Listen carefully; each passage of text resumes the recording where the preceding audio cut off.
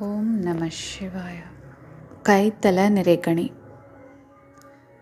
கரதளத்தில் நிறைந்துள்ள பழம், அப்பம், அவல், பொரி இவைகளை வாரி உண்ணும் யானை முக கடவுளின் திருவடிகளை விரும்பி அறிவு நூல்களை கற்கும் அடியவர்களுடைய மனதில் நீங்காது வாழ்பவனே, நினைத்தவற்றை அளிக்கும் கற்பக விருட்சமே என்று உன்னை துதி செய்தால் வினைகள் யாவும் விரைவில் ஓடிப்போய்விடும்.